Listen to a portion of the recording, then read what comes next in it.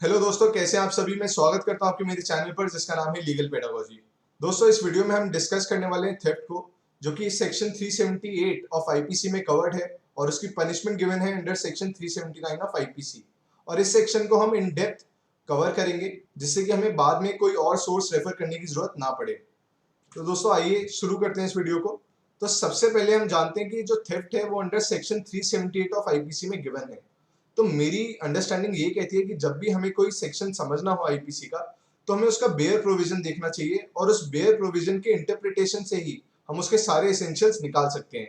जैसे कि सेक्शन 378 कहता है कि whoever intending to take dishonestly any movable property out of possession of any person without that person's consent moves that property in order to such taking is said to commit theft। तो कैसे इसमें से हम essentials निकाल सकते हैं of theft, देखिए। इसमें गिवन है कि इंटेंडिंग टू टेक डिसऑनेस्टली। तो सबसे पहले एसेंशियल क्या हुआ कि उसकी जो इंटेंशन होनी चाहिए वो डिसऑनेस्ट इंटेंशन होनी चाहिए। डिसऑनेस्ट इंटेंशन को डिफाइन किया गया है under section 23 and 24 of IPC, जो कि ये कहती है कि डिसऑनेस्ट इंटेंशन उस चीज को कहते हैं जब आपकी इंटेंशन ये हो कि आप उस बंदे को या तो रॉन्गफुल लॉस कॉज करें, या फिर आपका ये इंटेंशन हो कि आप किसी और को रॉन्गफुली गेन करवाएं, चाहे वो खुद को कराएं या किसी और पर्सन को। तो इसको कहते हैं डिसऑनेस्ट इंटेंशन। और अगला पार्ट क्या कहता है, एनी मूवेबल प्रॉपर्टी। तो इससे हमें क्या पता चलता है कि थेफ्ट तभी कमिट हो सकता है जब वो प्रॉपर्टी जो आप लेके जाएं वो मूवेबल प्रॉपर्टी होनी चाहिए। इमूवेबल प्रॉपर्टी के अगेंस्ट थेफ्ट नहीं हो सकता। फिर क्या कहते हैं, out of possession of any person.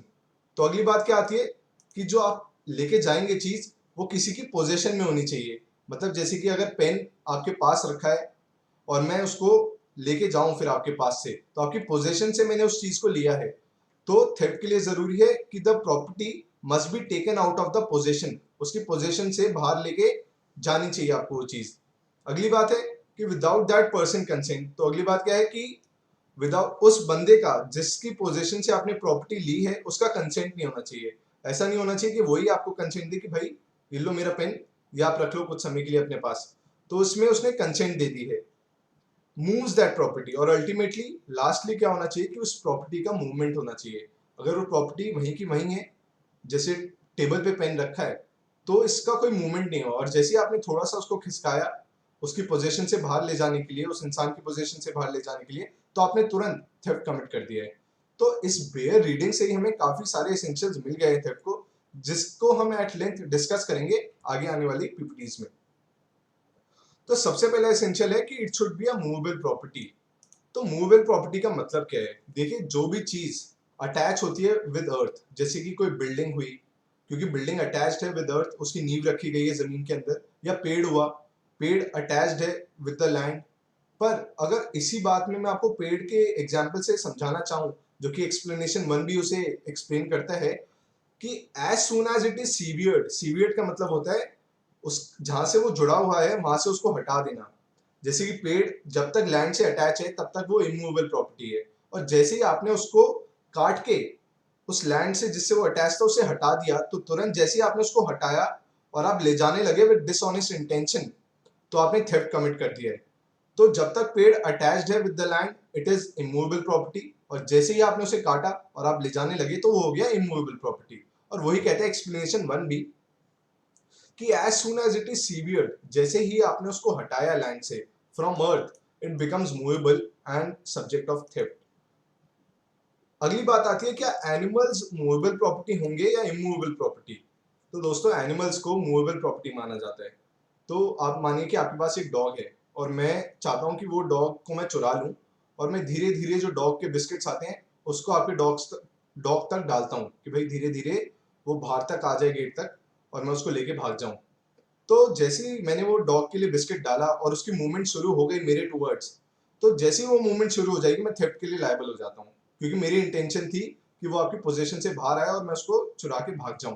तो एनिमल्स को मूवेबल प्रॉपर्टी माना जाता है और एनिमल्स के अगेंस्ट थेफ्ट कमिट हो सकता है। अगली बात आती है फिशेस की। ये बहुत ही यूनिक चीज है और इसके लिए एक बहुत फेमस केस भी है, चंद्र कुमार दास वर्सेस अभिनेदर रॉय। इसको भी आप पढ़ सकते हैं। तो फिश के बारे में कुछ अलग अलग चीजें हैं। जैसे कि आप मानिए इस केस में भी ये बोला गया था कि अगर फिश सी में है तो सी तो किसी को बिलोंग नहीं करता है, किसी की पोजीशन में नहीं है। या फिर रिवर में, गंगा रिवर में अगर मछलियां बह रही हैं, तो गंगा रिवर ना मेरी है ना आपकी है, किसी की भी पोजीशन में नहीं है। तो अगर वहां से हम लोग जाके मछली को जाल डालते हैं और मछली को एक्सट्रैक्ट करते हैं तो थेफ्ट नहीं होगा। वहीं अगर अगर मैं दूसरा एग्जांपल दूं कि आपने आपने अपने घर में एक पॉन्ड बना रखा है, वो आपकी पोजीशन में है पॉन्ड, और उसमें आपने कुछ मछलियां डाली हुई हैं, पालतू मछलियां। और अब मैं क्या करता हूँ, मैं आपके घर पे आता हूँ और मछलियां चुराने के लिए मैं एक जाल डालता हूँ और मछलियों को चुरा के भागने लगता हूँ। तो इस केस में क्या होगा, इसमें मैं थेफ्ट के लिए लायबल हो जाऊंगा, क्योंकि वो जो पॉन्ड है वो आपकी पोजीशन में था और वहां से मैंने कोशिश की उन मछलियों को चुराने की। तो ये एक डिफरेंशिएशन है विद रिगार्ड टू फिशेज। अगली बात आती है इलेक्ट्रिसिटी को लेके कि क्या इलेक्ट्रिसिटी की जो चोरी होती है क्या वो थेफ्ट माना जाता है अंडर सेक्शन 378। तो मैं आपको बताना चाहूंगा कि इलेक्ट्रिसिटी को मूवेबल प्रॉपर्टी नहीं माना जाता, और जब इसको मूवेबल प्रॉपर्टी ही नहीं माना जाता, so it is not a subject of theft under section 378। Although electricity act है सेपरेटली, जो कि पनिशमेंट को बताता है। अगर आप बिजली चोरी करते हैं आप, या फिर अपना मीटर स्लो डाउन कर देते हैं जिससे कि आपको कम पैसे देने पड़े एज द चार्जेस, तो उसके लिए एक अलग से एक्ट है इलेक्ट्रिसिटी एक्ट। पर इलेक्ट्रिसिटी के अगेंस्ट थेफ्ट नहीं कमिट हो सकता as per section 378 because it is not a movable property. और थेफ्ट के तो एक एसेंशियल यही है सबसे पहला कि the property must be movable. अगला एसेंशियल है कि it should be in possession of the other person. Possession का मतलब होता है कि जैसे कि आपके पास कोई पेन है और वो आपके रूम में रखा हुआ है तो वो आपकी पोजेशन में है। तो थेफ्ट जो होता है वो ओनरशिप के अगेंस्ट कमिट नहीं होता है, वो पोजेशन के अगेंस्ट कमिट होता है। तो इसका मतलब क्या है, इसका मतलब ये है कि आप अगर अपनी भी प्रॉपर्टी, जैसे एग्जांपल मैं आपको देता हूं कि आपने एक घड़ी दी रिपेयर करने के लिए एक दुकान पर। अब पर क्या हुआ, पैसे देने थे 200 रुपए उस रिपेयरिंग के लिए, पर आपके पास पैसे नहीं थे। अब आप जाते हैं उस दुकान पे और उसको कहते हैं भाई जरा मेरी घड़ी दिखाना जो आपने सही की थी। वो आपको दिखाता है और जितने में वो आपको दिखा रहा है आप क्या करते हैं, जैसे उसकी नजर हटती है आप उसको उठाते हैं और भाग लेते हैं घर की तरफ। तो इसमें क्या हुआ, इसमें भी आप लायबल हो जाएंगे फॉर थेफ्ट। अब आप मुझसे पूछेंगे पर प्रॉपर्टी तो मेरी थी, ओनरशिप तो मेरी थी। तो इसलिए मैं आपको कह रहा हूं कि थेफ्ट जो होता है वो पोजीशन के अगेंस्ट कमिट होता है, ओनरशिप के अगेंस्ट नहीं होता। वो प्रॉपर्टी थी किसकी पोजीशन में, वो थी शॉपकीपर के पोजीशन में।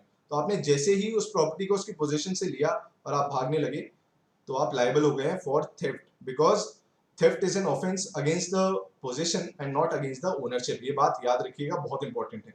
वहीं दूसरी बात आती है कि थेफ्ट और क्रिमिनल मिसएप्रोप्रिएशन में क्या फर्क होता है। दोस्तों वैसे तो हम क्रिमिनल मिसएप्रोप्रिएशन क्या होता है इसको आने वाली वीडियोस में डिस्कस करेंगे एट लेंथ, पर अभी अगर मैं मोटे तौर पे आपको बताऊं, ये दोनों ही अलग चीजें हैं। जब हम थेफ्ट की बात करते हैं तो theft is committed against the position. Theft में किसी के पास पोजीशन होती है और उस पोजीशन से वो चीज आप लेके जाते हैं। वहीं जब क्रिमिनल मिसएप्रोप्रिएशन की बात होती है तो उसमें पोजीशन नहीं होती है किसी भी बंदे की उस प्रॉपर्टी के ऊपर। जैसे कि इलस्ट्रेशन से मैं आपको समझाऊं कि आपने देखा कि ए की टेबल पे वॉच पड़ी हुई है, और जिससे कि ए उसको यूज ना कर पाए और आप उसे यूज कर पाए, आप वहां से उस वॉच को उठाते हैं और अपने रूम में लेके चले जाते हैं विद अ डिसऑनेस्ट इंटेंशन। तो आपने क्या किया, आपने थेफ्ट कमिट किया है बिकॉज आपने प्रॉपर्टी उस पोजीशन से ली है। वहीं अगर हम क्रिमिनल मिसएप्रोप्रिएशन का इसमें इलस्ट्रेशन दूं तो आपको एक घड़ी मिलती है रोड पे पड़ी हुई। अब आप क्या करते हैं कि उस घड़ी को उठाते हैं और घर पे ले आते हैं, और अब आप सोचते हैं यार मैं अब इसका असली ओनर क्यों ढूंढूं, मैं इसको बेच देता हूं और इससे जो पैसे आएंगे उनको यूज कर लूंगा। तो अब आपने क्या किया, किसी की पोजीशन से उस घड़ी को नहीं लिया है, वो घड़ी किसी की पोजीशन में नहीं थी, पर आपने किसी और बंदे की जो ओनरशिप किसी और की थी उस प्रॉपर्टी को अपने बेनिफिट के लिए यूज किया। तो इसे कहते हैं क्रिमिनल मिसएप्रोप्रिएशन। क्या होता है क्रिमिनल मिसएप्रोप्रिएशन और क्या क्या और एसेंशियल्स होते हैं वो तो हम डिस्कस करेंगे ही जब क्रिमिनल मिसएप्रोप्रिएशन पे मैं वीडियो बनाऊंगा। अभी के लिए थेफ्ट से रिगार्डिंग आपको ये समझना जरूरी था। अगली बात आ जाती है कि मैंने बताया भी आपको, फिर से मैं रिपीट कर रहा हूँ कि theft is committed against possession. तो पोजेशन और कस्टडी में क्या फर्क होता है दोस्तों, पोजेशन और कस्टडी में जमीन आसमान का फर्क होता है। जब पोजेशन की हम बात करते हैं तो उस बंदे को पावर्स मिल जाती हैं टू यूज दैट प्रॉपर्टी, कि भाई वो उसको यूज कर सकते हैं अपने काम के लिए। जैसे मैंने आपको पेन दिया कि ठीक है भाई 2-3 दिन के लिए यूज कर लो तुम, या मैंने बुक दी कि भाई आप पढ़ लो, पढ़ना है तो मैंने पोजेशन दे दी उस प्रॉपर्टी की, ओनरशिप तो अभी भी मेरे पास है। वहीं जब कस्टडी की बात आती है तो मैंने क्या किया कि मैंने बोला कि भाई मैं घर जा रहा हूँ कल, तो आप एक काम करो इस घड़ी को अपने पास रख लो जिससे कि आपके पास सेफली रहे। तो मैंने आपको खाली कस्टडी दी है उसकी, मैंने आपको ये नहीं बोला कि आप यूज भी कर सकते हो या बेच भी सकते हो, ऐसा कुछ भी मैंने नहीं किया है। मैंने खाली उस प्रॉपर्टी की कस्टडी आपको दे दी है। तो जो थेफ्ट होता है वो पोजेशन के अगेंस्ट कमिट होता है, कस्टडी के अगेंस्ट नहीं होता। अगर मैं बात करूं, एक इलस्ट्रेशन भी मैंने आपको दी है कि आपके पास एक रिंग थी, आपने उसे अपने सर्वेंट को दे दी और बोला कि भाई जब तक मैं ना आ जाऊं तब तक इसको सेफली रखना। अब इसमें क्या हुआ है, आपने कस्टडी दी है उस प्रॉपर्टी की। तो अगर वो तो आपने कस्टडी जैसे कि उसको दी है इस केस में। वहीं अगर मैं बात करूं दूसरे बंदे की नजरिए से, तो उसको नहीं पता है कि आपने कस्टडी दी है, उसके हिसाब से तो पोजीशन में ही है उस सर्वेंट के। तो अगर वो आता है बंदा और उसकी पोजीशन से वो चीज को ले जाता है आपके सर्वेंट की पोजीशन से उस रिंग को, तो इस केस में थेफ्ट उसने कमिट कर दिया, क्योंकि उसने उस पोजीशन से उस प्रॉपर्टी को बाहर ले जाने की कोशिश की है और वो ले भी गया है। तो इस केस में थेफ्ट हो जाएगा। ऑल्दो देखा जाए तो आपने तो खाली कस्टडी दी थी, पर दूसरे के नजरिए से अगर हम देखें तो उसको थोड़ी पता है कि वो कस्टडी में दी थी या पोजीशन में दी थी। उसके हिसाब से तो पोजीशन में थी, तो इस केस में थेफ्ट हो सकता है, पर कस्टडी के केस में थेफ्ट नहीं होता। अगली बात आती है जॉइंट पोजीशन में। जॉइंट पोजीशन क्या होती है, जब एक ही चीज की पोजीशन हो दो लोग के हाथों में। जैसे कि एक बुक आपने और आपके फ्रेंड ने मिलकर खरीदी और उसको एक अलमीरा में रख दिया कि भाई जब भी मन करेगा तू भी यूज कर सकता है और मैं भी यूज कर सकता हूँ। अब मैं क्या करता हूँ कि भाई यार मैंने ज्यादा पैसे डाले थे इसमें, तो क्यों ना इस बुक को मैं ही इस्तेमाल करूं, और मैं उस बुक को उठा के ले जाता हूँ और कहीं ले जाके ऐसी जगह रख देता हूँ जहां से आप उसे यूज ना कर पाओ। तो इस केस में थेफ्ट होगा, क्योंकि आपने दूसरे बंदे की, क्योंकि उसकी भी पोजीशन थी, वो भी जॉइंट पोजेसर था उस बुक का, तो आपने उस बंदे को डिप्राइव कर दिया उस प्रॉपर्टी के यूज के लिए। तो इस केस में जॉइंट पोजेशन में भी थेफ्ट हो सकता है। अगली बात आती है कि टाइम पीरियड इररिलेवेंट होता है। ऐसा नहीं है कि आप किसी चीज को 1 साल के लिए ले जाएंगे तो ही थेफ्ट होगा। अगर आपने कुछ मिनट के लिए भी उस चीज को उसकी पोजीशन से बाहर ले गए विद डिसऑनेस्ट इंटेंशन, तो आप थेफ्ट के लिए लायबल हो जाएंगे। इसमें टाइम पीरियड इररिलेवेंट होता है। अगली बात आती है डिसऑनेस्ट इंटेंशन की, जो कि एक और इंपॉर्टेंट एसेंशियल है ऑफ थेफ्ट। तो दोस्तों इट मस्ट डिसऑनेस्ट इंटेंशन क्या होती है, मैंने आपको बताया भी था कि सेक्शन 23 एंड 24 ये डील करते हैं of IPC with dishonest intention. Dishonest intention तब मानी जाती है जब आपकी कोई रॉन्गफुल इंटेंशन हो। आपकी इंटेंशन ये हो कि भाई जिस बंदे की पोजीशन में वो प्रॉपर्टी हो तो मैं उसे कुछ लॉस कॉज कर दूं, या फिर आपका इंटेंशन ये हो कि भाई मेरा कुछ बेनिफिट हो जाए, मैं उस प्रॉपर्टी को लूं और बेच दूं तो पैसे आ जाएंगे, या मैं उस प्रॉपर्टी को यूज कर लूं, या फिर कोई दूसरा बंदा उसे यूज कर ले, उसका बेनिफिट हो जाए, तो उसे कहते हैं डिसऑनेस्ट इंटेंशन। और जब तक आपकी डिसऑनेस्ट इंटेंशन नहीं होती है तब तक थेफ्ट कमिट नहीं कर सकते हैं आप। जैसे कि इलस्ट्रेशन में मैंने बताया कि आपने एक पेन था जो कि राम को बिलोंग करता था, राम की ओनरशिप भी थी और राम के पोजेशन में था। आपने क्या किया कि उसको, उसके पेन को उसी के रूम में ऐसी जगह पे रख दिया, उसके बेड के अंदर ऐसे घुसा दिया कि वो देख ही ना पाए उसे, जिससे कि आप बाद में उस पेन को उठा के बेच दो। तो आपने क्या किया, उसकी पोजीशन से बाहर ले गए जिससे कि वो उसे यूज ना कर पाए, और आपकी इंटेंशन क्या थी कि आप उसे बेच दो बाद में। तो डिसऑनेस्ट इंटेंशन थी आपकी। वहीं अगर ऐसा होता कि आपने सोचा कि चलो आज राम से पंगे लेते हैं, राम को बहुत प्यार है इस पेन से क्योंकि उसकी गर्लफ्रेंड ने उसे दिया था, तो आज इससे मजे लेते हैं और इस पेन को कुछ देर के लिए छुपा देते हैं कहीं पे जिससे कि वो उसे यूज ना कर पाए, और बौखलाहट आएगी और एंजाइटी होगी उसे, उसके मजे लेते हैं। तो इस केस में आपकी डिसऑनेस्ट इंटेंशन ये नहीं है कि आप उसे यूज कर पाए, या फिर राम का कुछ रॉन्गफुल लॉस हो जाए, या किसी और बंदे का प्रॉफिट हो जाए। तो इस केस में आपकी डिसऑनेस्ट इंटेंशन नहीं होगी और इस केस में थेफ्ट आपने कमिट नहीं किया है। अगला एक और इंपॉर्टेंट एसेंशियल है विदाउट कंसेंट। तो जिस बंदे की पोजीशन में वो प्रॉपर्टी है वो कोई कंसेंट नहीं देना चाहिए, मतलब उसकी रजामंदी नहीं होनी चाहिए। ऐसा नहीं होना चाहिए कि वही बोले कि भाई ठीक है आप इस चीज को ले जाओ। तो दो तरीके के कंसेंट होते हैं, एक होता है एक्सप्रेस कंसेंट, एक होता है इम्प्लाइड कंसेंट। आपने ये कॉन्ट्रैक्ट में भी पढ़ा होगा। एक्सप्रेस कंसेंट क्या होता है, जब आप मुंह जुबानी बोल के कंसेंट दे दें, या फिर आप लिख के दे दें कि हाँ भाई तू इसको रख ले कुछ टाइम के लिए या फिर हमेशा के लिए। और इम्प्लाइड कंसेंट की बात होती है जब आप बाय और कंडक्ट, आपके एक्शंस कंसेंट इम्प्लाई कर देते हैं। अब इसका एग्जाम्पल देखिए आप, कि जैसे ए एंड बी दो कपल्स थे, दोनों में बहुत प्रेम था। तो एक दिन क्या किया, ए गया बी के रूम में और वहां से बुक उठाई अलमीरा से और उसको लेके चला गया विद एन इंटेंशन। इंटेंशन क्या थी कि भाई जब मैं पढ़ लूंगा तो इसको रिटर्न कर दूंगा।